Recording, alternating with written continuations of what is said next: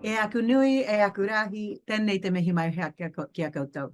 Kei te mia hoki hokainga o tēnei rohe ara ko ngai tu a huriri ngā mihi nui. Kia ora koutou ko Kaila Colbin tōku ingoa, moritu moriora, tēnā koutou katoa. Hi, everybody. Welcome.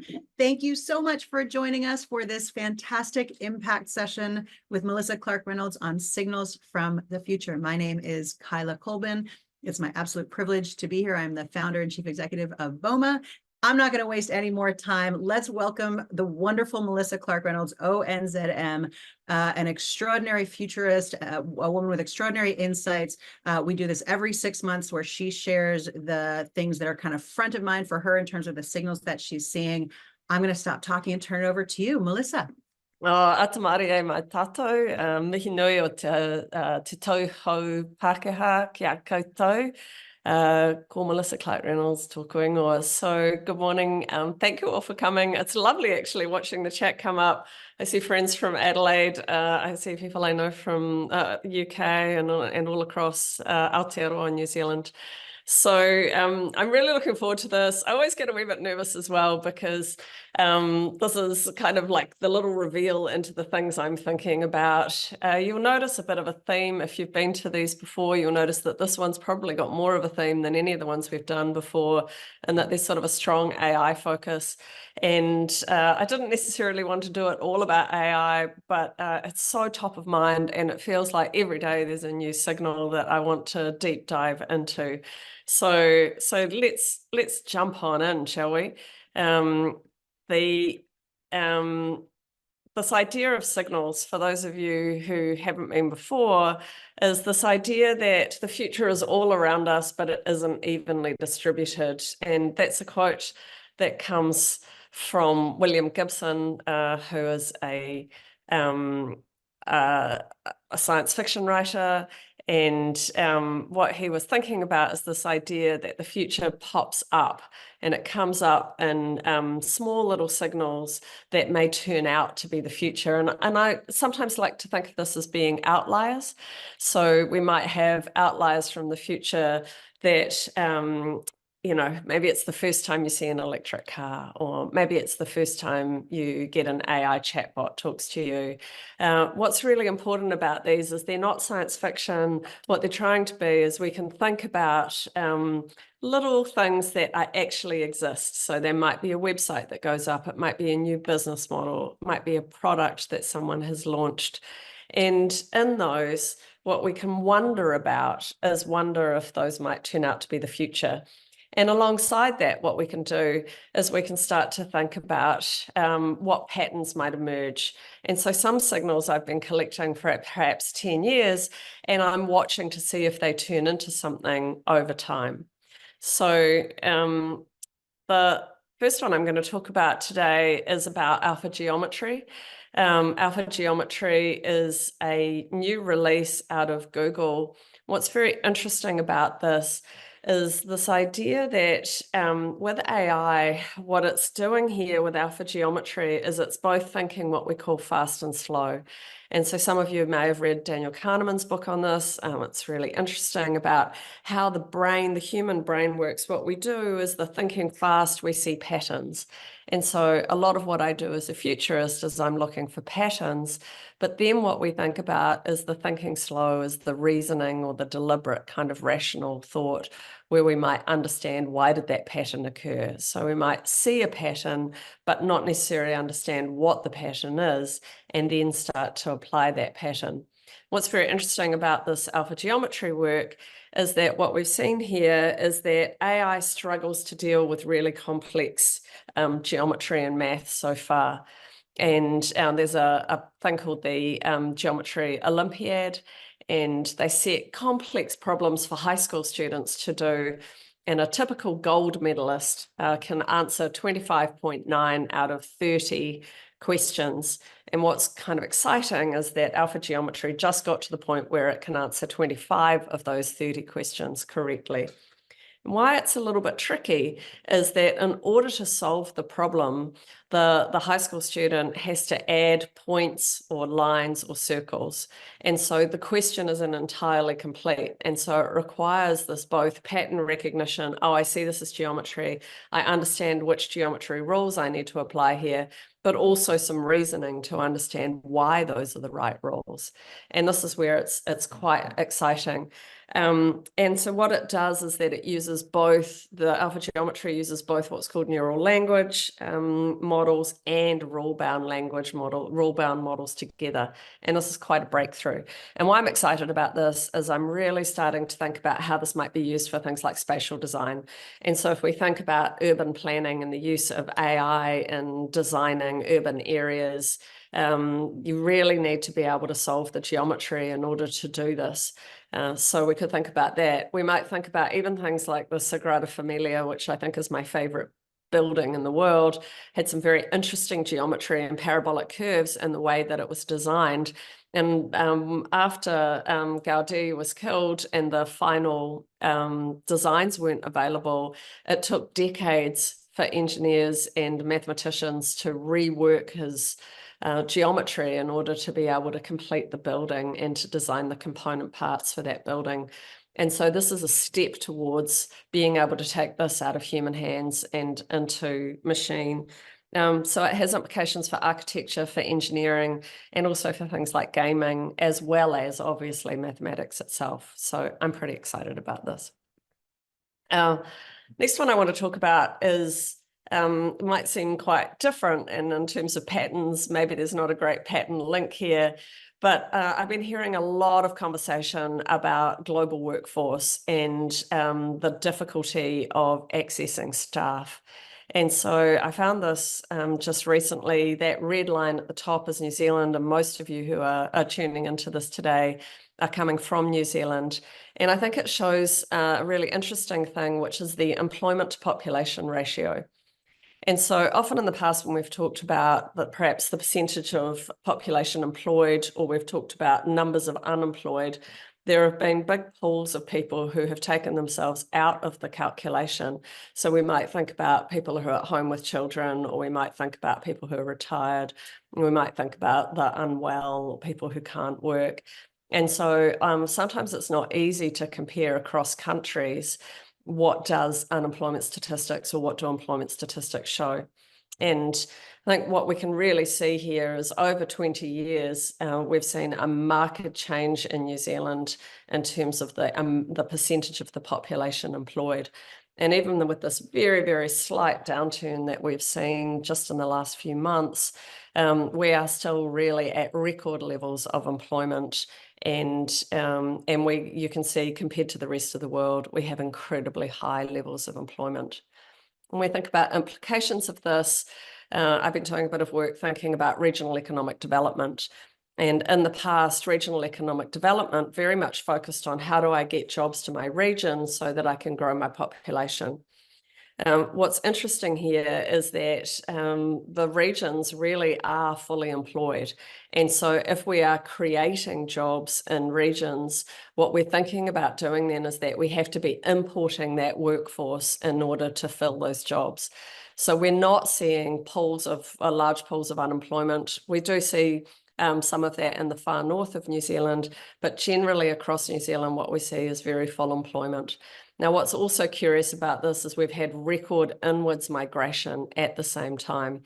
So in the last period of time, we've had 200,000 new migrants come to New Zealand, and it coincided with that little drop, which was 20,000 less people in employment than we previously had at the peak. And so these dynamics between inwards migration and increase in population or increase in employment is a really interesting one, and has some big implications for how we think about both regional economic development, as I said, but also for the housing market, and also for what kind of income our people want. So New Zealand is not a high wage economy, particularly if we compare to some of the countries that have much greater reliance on intellectual property than we do. We have quite a high dependence on things like agriculture and tourism, which don't pay high wages. And so one of the issues that we have in New Zealand is as we add jobs, we're not necessarily increasing wealth for our population. The other thing that we should really take into account, and many of the analysts aren't thinking about, is just the sheer volume of people of working age in English-speaking countries who died during the pandemic. Now, New Zealand had the lowest impact of this group of deaths. In fact, for most of the pandemic, New Zealand had what was called negative excess deaths. So less people died than you would expect from all causes: road deaths, suicide, cancer, as well as influenzas and COVID. But that wasn't true for these other countries that we compare ourselves with. And so in the US alone, 1 million people of employable age died from the pandemic. And so what we also see is the squeeze on employment globally. So all countries are currently seeking high-value migrants, and all countries are seeking migrants to come and work in their economies. And so I think this is a very different dynamic than we've seen in the past, and I'm really curious as to how it's going to play out.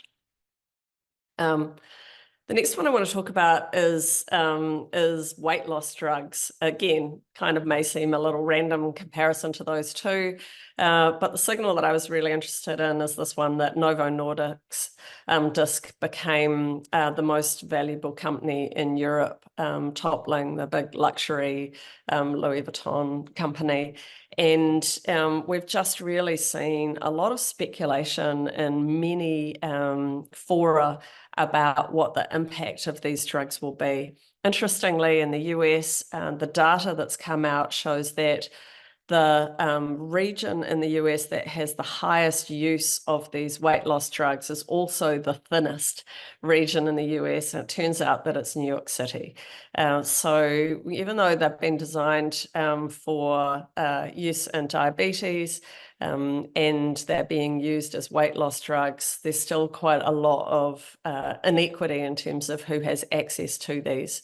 And I wouldn't normally do 2 slides on one signal, but I found that every time I went back and had another look, there were more things emerging. And so this is an interesting thing where you could think about, you see a signal way back in September, and then start to see how that signal develops over time. And so there's a few things that I found. And so we're going to give you a pile of references at the end of this, and you'll also get a copy of the PowerPoint. So don't worry about screenshotting or anything, you will get this. So what we see is that we've seen some states stop paying for obesity drugs because the sheer cost of doing it and the popularity of these drugs is so great. What we also see so you can see that top right slide graphic that I have there just shows how fast the growth of this is. Now, we've become very used to very fast growth tech products. We've got used to things like ChatGPT, seeing these incredible growth curves, but we haven't necessarily been used to seeing these kinds of curves in the pharmaceutical industry. So it's really interesting to me. What's also interesting is that research into the users of these drugs, so these are things like Wegovy or Ozempic, they're what's called GLP-1 drugs, and what they are is that they reduce appetite fundamentally.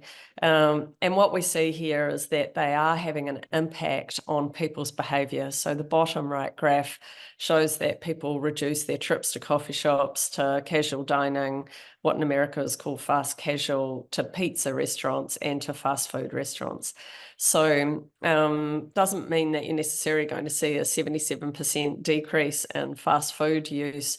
It's still a very small percentage of Americans who are using these drugs, but they are having a significant impact, to the point where even some companies like Nestle are developing specific products as companion products, they call them, which will be products that they're encouraging people to have very high nutrition products that will complement the use of these GLP-1 drugs. So we're seeing the emergence of new food products, and I would expect those to come to market within the next 6 months and be very specifically marketed as this is something to support you on your Ozempic or Wegovy or other Zepbound journey.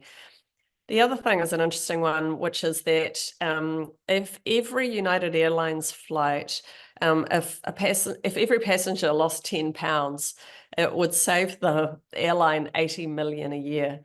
And I think this is kind of an interesting one where we don't necessarily think about the implications. We think about obesity and health, but we don't necessarily think about what does it cost? Is it extra to cost to drive a car if it's full of obese people? Is it extra to fly a plane if the people who are on that plane are heavier than lighter people, and so on? So if this really does take off en masse, we can see some cost savings, some climate impact, even if people just were 10 pounds lighter. But the last bit that I'm really interested in here is this idea that it's going to come off patent in 10 years. And as it comes off patent in 10 years, I think we'll start to see some really big uptake of this. At the moment, the projections are that up to 3% of the US population may be using one of these drugs in the next 10 years. But I suspect that in 10 years' time, we're going to see another curve, very much like that upward curve on the top right graph, as it comes off patent and as more and more companies move into the space and start producing their own. So some of you may have heard Scott Galloway talk about this. If you don't listen to Pivot, it's one of my favorite podcasts. He's been talking about this. I think he's a lot more bullish perhaps than the analysts are on the impact that these drugs are going to have, but I do believe that they're going to have an impact on food production, on food consumption, on the new products that might come to market, and even in areas like this on fuel consumption. Next one I want to talk about is, again, a slight shift in gear. And this came out of a call that I was on recently, an international call on the application of AI. And this company, Earth Species Project, is a not-for-profit company that is working on decoding non-human intelligence.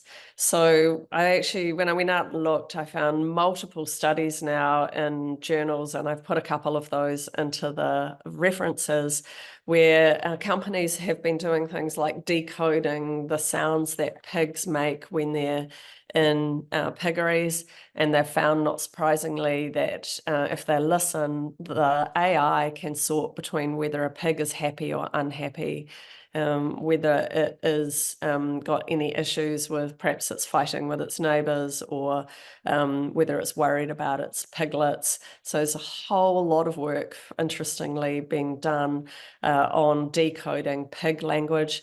There's also a number of projects that have done the same with mice, and are now using AI to try and understand what it is that mice are saying to each other. At the same time, this ESP project is really trying to do its pan-species. So they're looking at decoding, whale song, looking at decoding bird song, and that we come back to the alpha AI that I was talking about earlier. We think AI is really good at looking for patterns. And so the pattern piece will be able to be done with current AI, but I can see where this use of both thinking fast and slow in AI may well to help us to understand not just the patterns in the words or the patterns in the sounds, but also perhaps the reasoning underneath. Now, my biggest fear with this is that we don't use this to listen to animals. So let me say that again. My biggest fear with this is that we don't use it to listen to animals. Instead, we use it to talk to animals. And when I think about the rise of advertising and consumption over the last perhaps 50 years, my worst fear is that we somehow start telling whales to buy McDonald's, or, maybe perhaps less extreme, we try to convince salmon to eat more in their aquaculture farms so that we can get higher production. Are there messages we might start to use to send to animals for our own commercial gain? So this is my biggest fear around it, but I'm curious that it's being done. AI certainly allows us to speed up the process of the pattern recognition, and then to look for patterns and to understand how these sound patterns might work. Not yet very good at visual patterns. We know from watching many animals that there are visual patterns, dances, and so on, that are part of the communication stream. So still a long way to go on that. but I'd like to make sure that this has a use for good. And some of you who may have been to some of my AI talks that I've given, I've said to me, one of the things that really concerns me is that we are using AI in order to replicate ourselves. And I've been very interested in, how might we approach something like water restoration or stream restoration if we could AI an eel and ask the eel how the stream should be restored.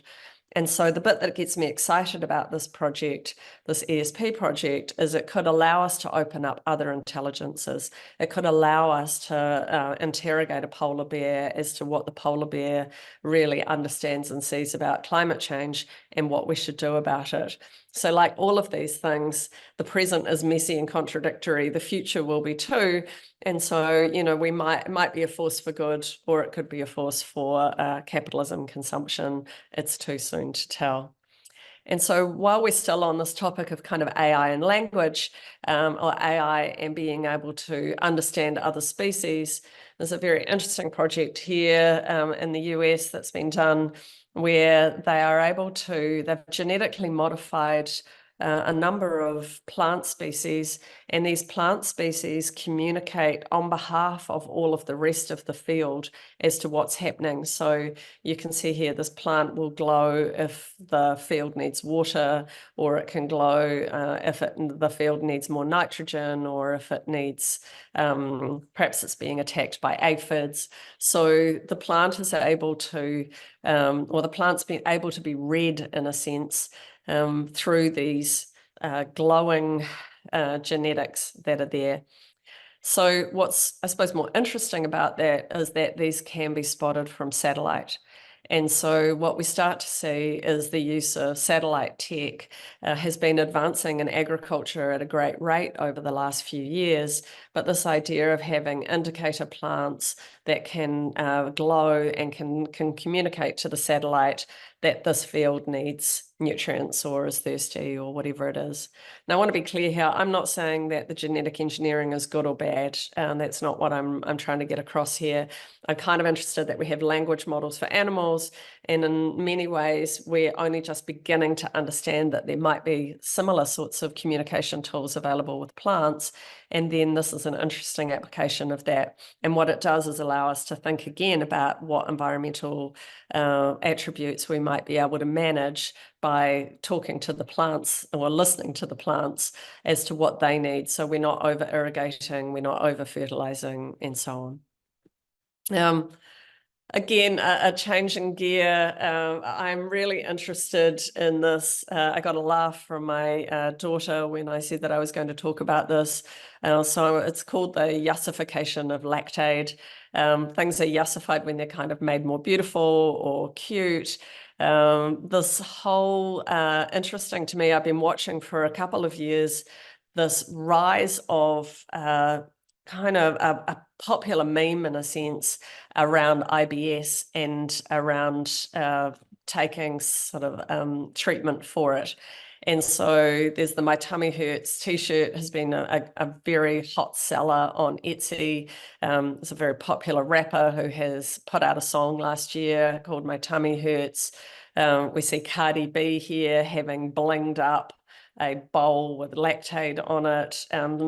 There's new products like Milky that you can see, beautiful packaging designed to be put into your wallet or your handbag for when you drink dairy products and then have the guts ache or the diarrhea or the burping.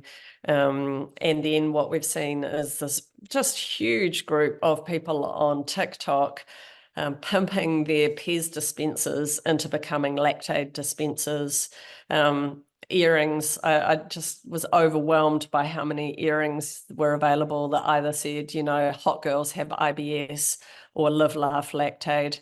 And then a Jewish deli in New York that's just as dairy that has a lactate dispenser at the counter. And so for those of you who don't know what lactate is, it's an enzyme basically that you can take if you can't deal with lactose, and it helps to prevent all of the burping and the farting and the diarrhea and everything. Of course, my wonder is, well, why eat the product? Do you know, like, if it makes you sick, go eat something else. But clearly things like pizza and milkshakes and these are all very popular, ice cream, cheese, very, very popular food groups, very hard to get away from often. But so this kind of popularization and glamorization of a stomach upset, and a stomach upset that is actually quite avoidable, I find it really interesting and curious. So you can see this idea that signals are kind of things that you look at and you start to wonder, what am I not seeing here, or where is it going? So again, interesting that it started with kind of one signal for me, started to see more and more of this around me, and then I went down a rabbit hole to see what was going on with lactate. Next one again, we've seen a whole rise of business models, and I often will talk about things like the rise of the subscription business model.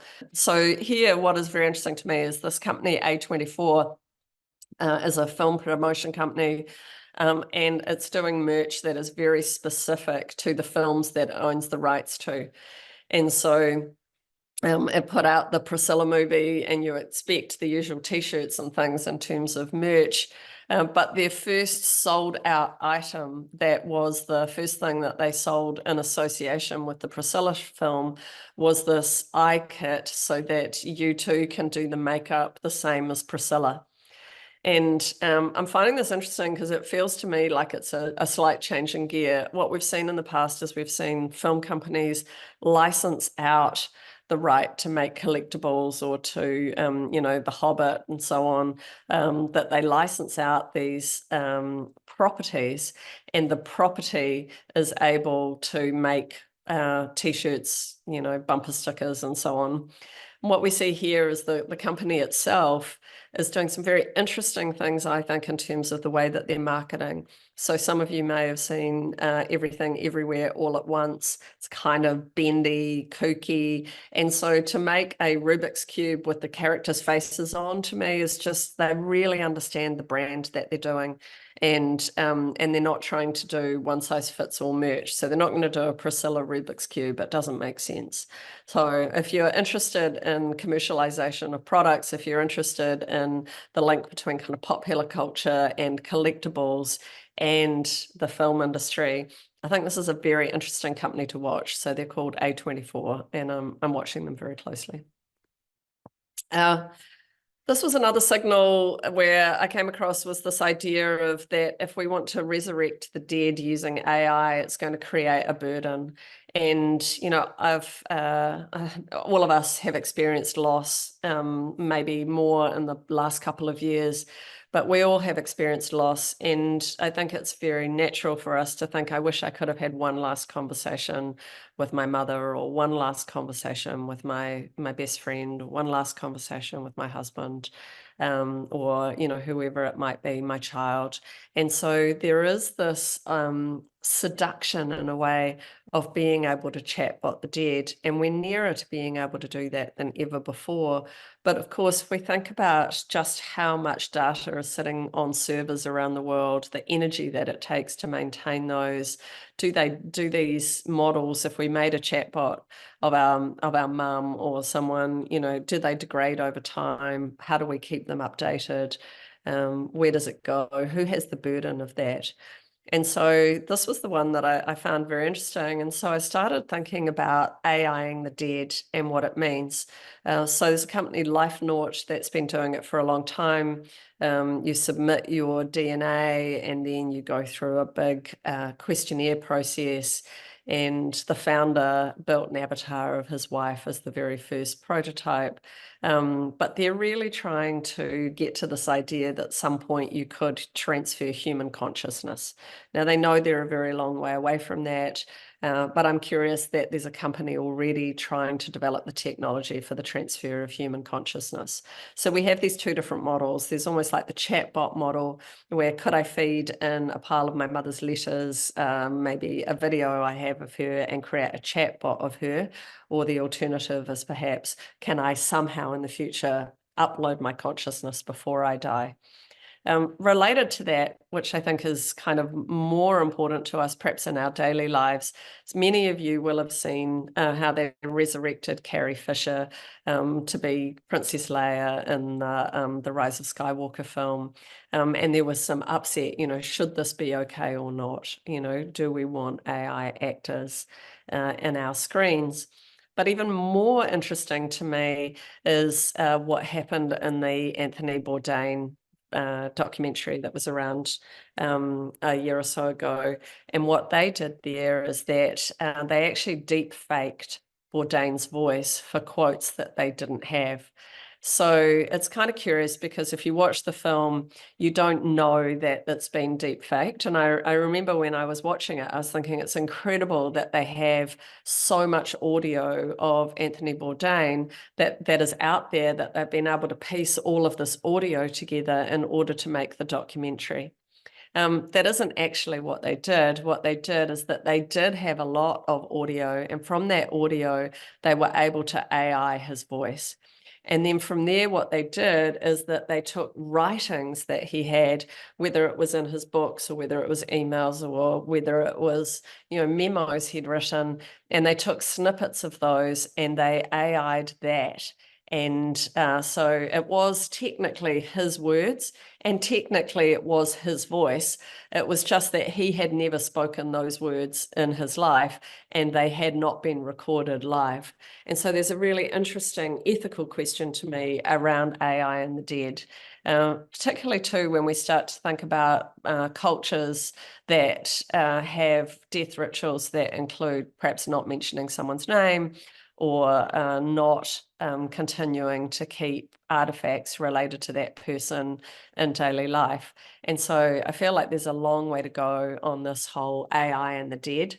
One, do I want my family talking to a chatbot of me? Probably not. I do understand that it could be comforting if they felt there were some things that they wanted to say. Maybe it'd be useful in therapy.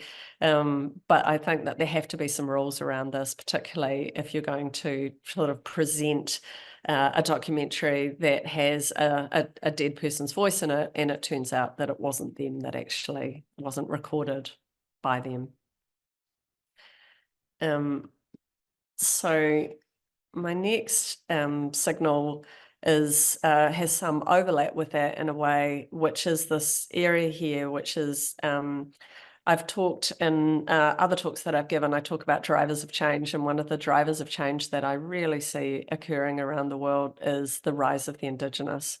Now, I know we have a course coming up in a few weeks, and I'm going to do a deep dive at that course into drivers of change. So I'm not going to get to do it today, but if you're interested in drivers of change, come along. So here, one of the drivers of change I've been seeing is this rise of the Indigenous. And really in the US, these are not two news items I expected to see within a very short period of each other, in fact, in the same month. And so the first one is the Navajo Nation's objection to landing human remains on the moon. I think that we do need much bigger conversation about human remains on the moon. But in New Zealand, I can imagine us having a conversation about what is tikanga, what is the right cultural practice if we were deciding that we were going to take people and leave them behind on the moon, or if we were going to use the moon as a burial site. So what is it for the moon to become an urupa, as we say in New Zealand? And what are the cultural considerations around that? So very interesting to me that the US has taken Navajo wisdom into account here. I don't know the outcome of this, but I was curious that one, we were going to send human remains to the moon, and two, that the objections came from Indigenous people. And then secondly, in the US, there are something like 60,000 human remains that are held in US museums that are Native Americans, Indigenous Americans.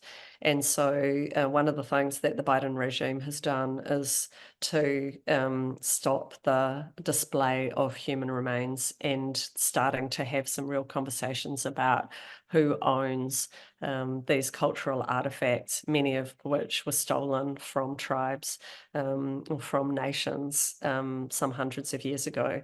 So, so this discussion discussion. And I know in New Zealand, we're having a lot of discussion at the moment about what it means to have a treaty, what it means to be a bicultural country. But we're starting to see those conversations emerge in many other countries. We've seen it with the Sami in the far north in Finland. You know, we're seeing it with Denmark and Greenland, and we're starting. Obviously, Australia has been having a conversation, and now we're starting to see that conversation in the States really come into popular culture. I've talked a lot about AI, and this is probably my last AI slide, I think. But I was interested to see what were the most popular tools of 2023, and ChatGPT absolutely was the most popular tool, hands down.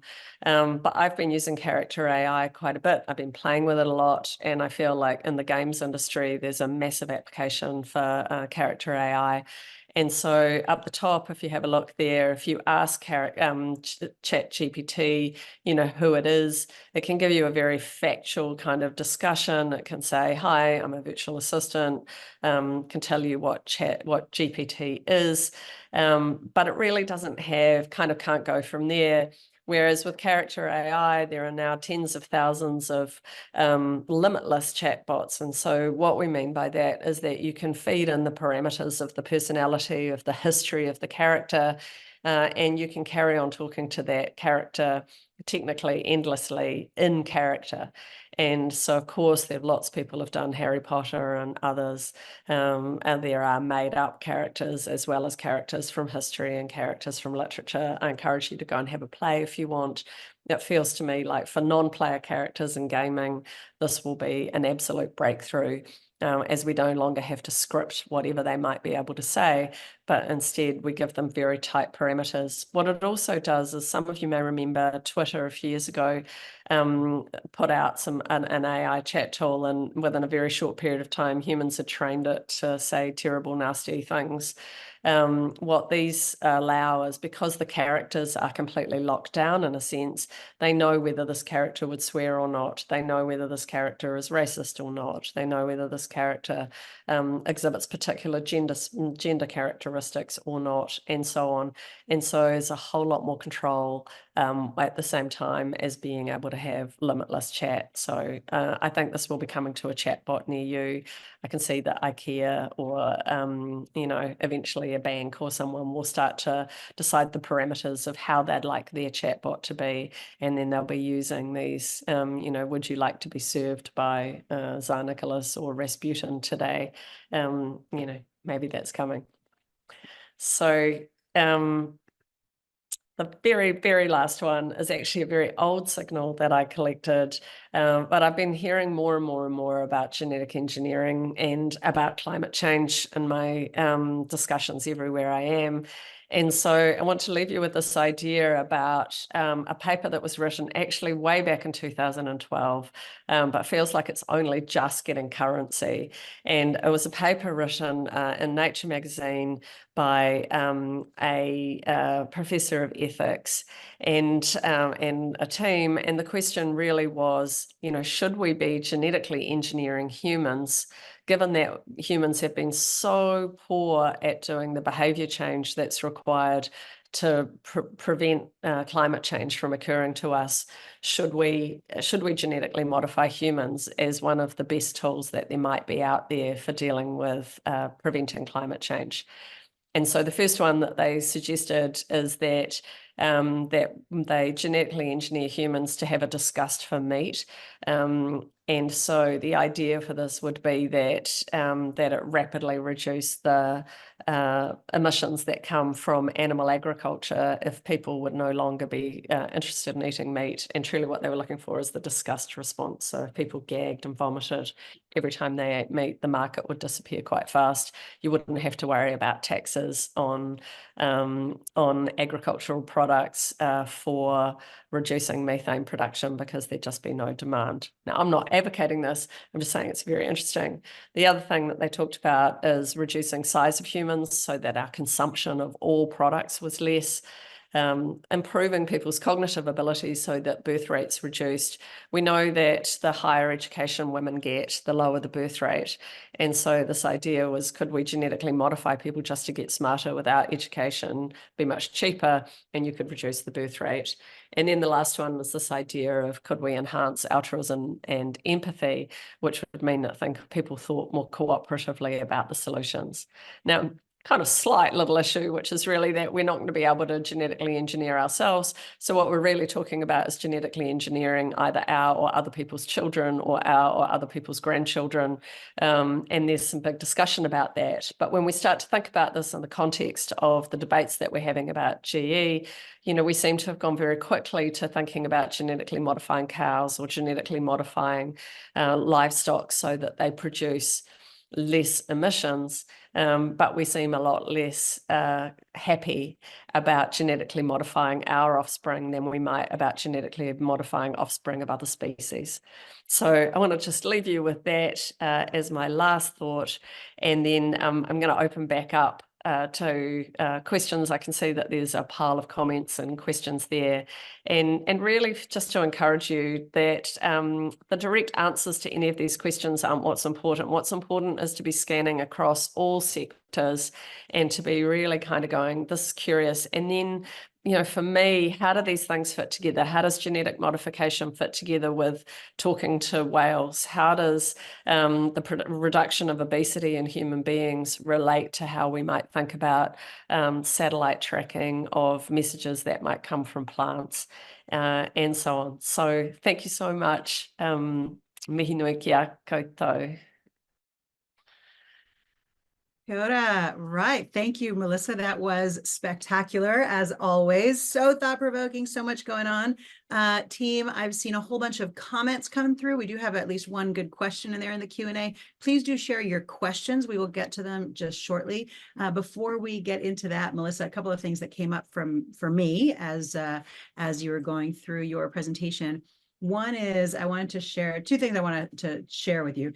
One is in your original comment about alpha geometry and that combination of kind of semantic and rules-based AI. And it's sometimes hard to fathom because, semantic AI or AI in such as ChatGPT is so good at seeming to understand. Yeah. And the really critical thing is to realize it doesn't understand anything. Right. So it has no inner model of the world or anything like that. You know this, of course, already, but this is just kind of me downloading my thoughts for the community. And I think one of the best examples I've seen recently that is just like, I sort of can put the words you're saying together in a way that makes it seem like I understand, but I have no clue. There's a prompt for, this wasn't ChatGPT, I think it was Midjourney. I'll read you the prompt and then I'll show you the image. Awesome. So the prompt is, old wise man hugging a unicorn, soft light, warm and golden tones, tenderness, gentleness in the style of Michelangelo, and then a few specs in terms of how it should render this image. And here is what it came up with. See if you can spot the difficulty.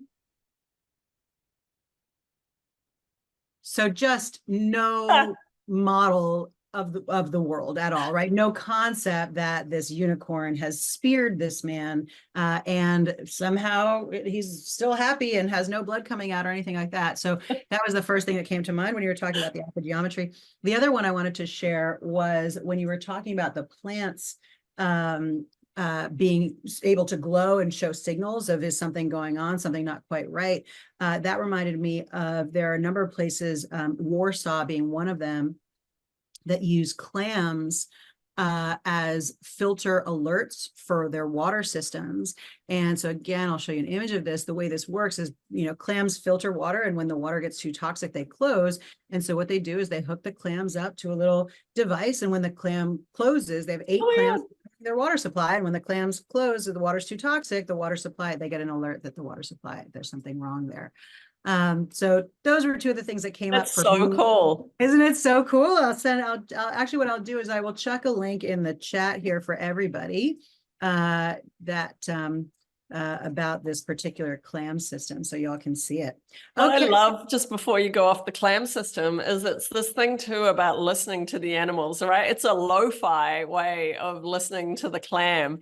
And so that idea I was talking about, can we AI the tuna, or, can we AI, we don't even have to AI the clam here. And yet sometimes what will happen is we'll come up with a really complicated solution. Sometimes I feel like that's what happened with blockchain. We these really complicated solutions that we could have just solved with GPS, or something. And so I love that, because it is actually a listen to the clam technology, not a talk to the clam technology. Yes. So, Yeah. And it is so lo-fi. I mean, it's 8 clams with a little thing. Totally lo-fi. Says if they've opened or closed. All right, let's get to some of these questions. We've got a question here from Wen Yang. Question about the process of collecting signals. What tools or workflows do you use? It would be great if you could share a bit more. And of course, I just got to put a little plug in here. We'll talk about it later. This is one of the things you'll be going into so deeply in the full 1-day session that we've got on Futures by Design. But over to you. What tools are working? Yeah, and part of why I wanted to, we got some feedback from the previous ones about some of my references, and I haven't put all of the references for everything I've got in here today, but I've put in like whatever the indicator reference was that I went and started me down the rabbit hole on any of these topics. I have to say, I still read widely.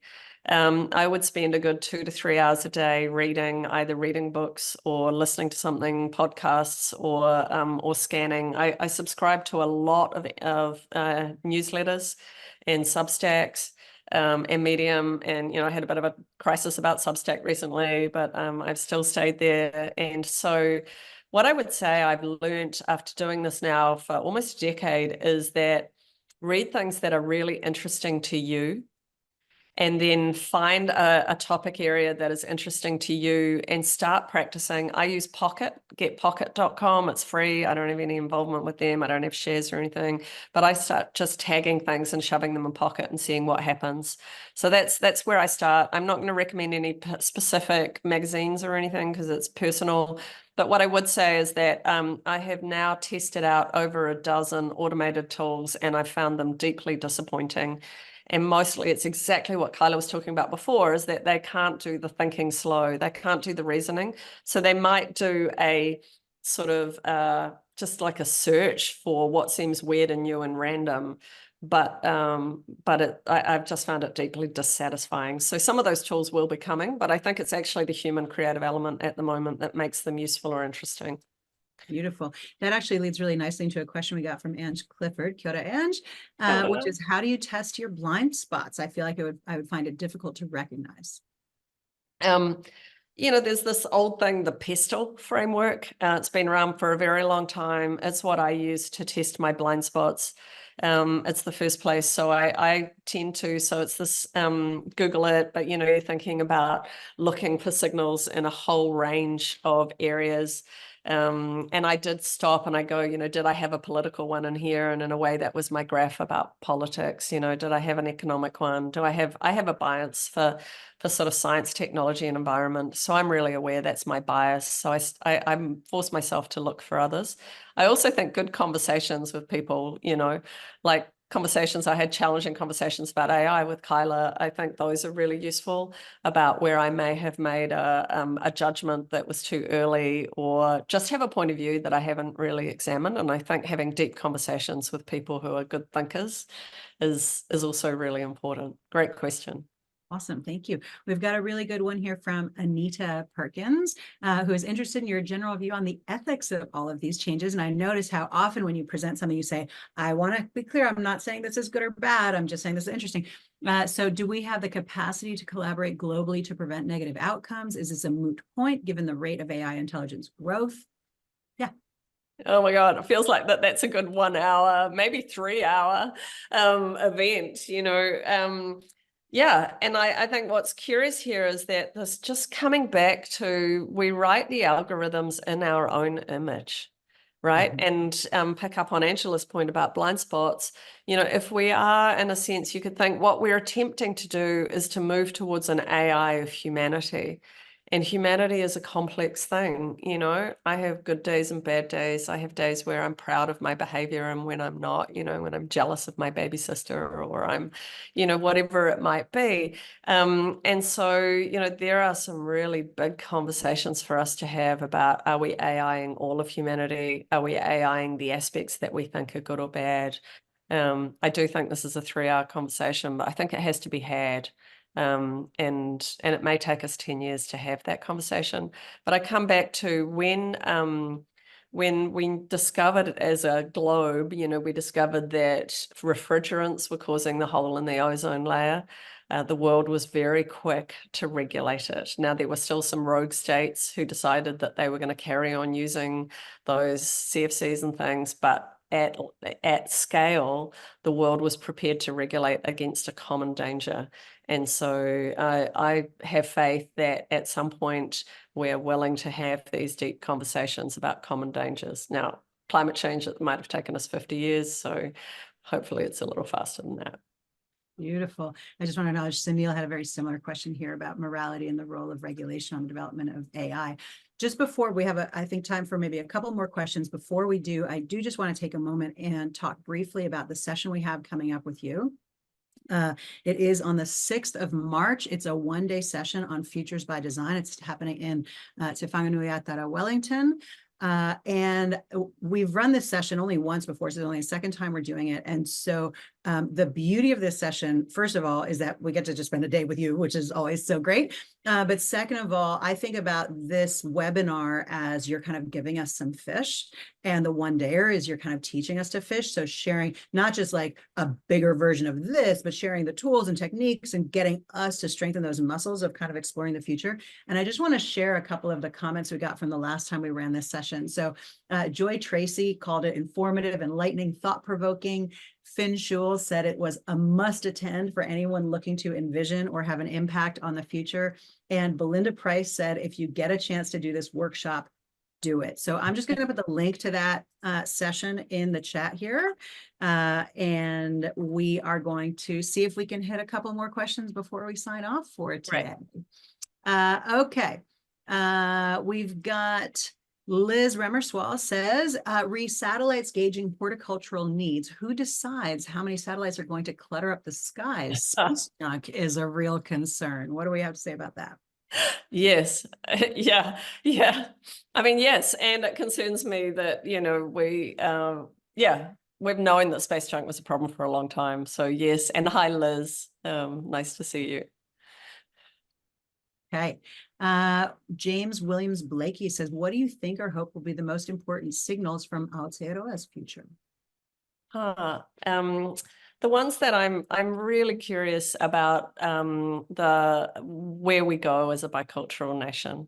And if you've been to some of the previous conversations that Kaila and I have had, I talk often about like lash and backlash. And so this idea that pendulums swing, we become more bicultural, we have a reaction against that. And then we, you know, become perhaps more rigid, and then we become more bicultural again. And these things go in swings. And I think one of the advantages of getting older is I've seen multiple pendulum swings. And then if you read history, you can see them even larger. So for me, what is it to be a bicultural nation has to be one of the strongest. The impact and adaptation to climate change. So, you know, we are an island nation. We're going to have major inundations on our coasts. We've got some big issues coming up with where our energy generation is, the impact of years and years and years of underinvestment in infrastructure and what that means for flooding and storms on electricity and water. So for me, those, and then the third one that I'm most interested for New Zealand is this population dynamics. What is it to be in a country that has low wages, high employment, high inwards migration? So those are my top three. Yeah. Fantastic. We have, I think, time for just maybe one or two more questions. There's a really good one here from Hattie Compton-Moen, who says, once you find a signal that might lead to a potential problem in the future, what do you do about that? And how do you deal with the difficulties of grappling with the problems you can see are on the horizon? Oh, such a good question, eh? Yeah. I think, there are different signals have quite different scale. You know, this idea of questioning whether or not we might AI ourselves versus whether or not we might genetically modify ourselves, they have quite different scale of impact. I think so. I feel a bit inarticulate around this question because my brain goes, oh, I've got like 10 million examples. But what I would say is that with futures work, what I believe is more important is not accurate foresight, but is the discussion of what we think might happen and how we want to kind of craft our responses to those. So that's both how do we shape the futures we want, as well as how do we become resilient no matter what future occurs. And I think that's quite an important issue, you know. So both becoming resilient and shaping in the face of swirling things around us. I guess what I see is I think humans think that we can go out there, use those kind of 1990s motivational posters and create the future we want. And the evidence is that, you know, we really need to do that at scale. We need to do that in ecosystems thinking. And it's not just, I'm going to willpower my way through this. And so being able to read the tohu and be able to see what might be coming at us is more useful perhaps than just what we might create. I don't know if you saw, there's a comment in the chat that I just want to pick up on, and I really want to thank Wairupanapa for raising it. And so I'm going to read it and then I'll just comment. So Indigenous is a misnomer. The only Indigenous race as far as genetic research goes is Africa. However, the term tangata whenua would be a better term. I really, really appreciate the comment that you've made there. And I did grapple with whether I would use the term tangata whenua, but because it's such a specific to New Zealand word, it's not a word that is in global use. And I know we have a global audience today. And I would love to have this conversation with you. And, you know, maybe we can reach out and carry the conversation on.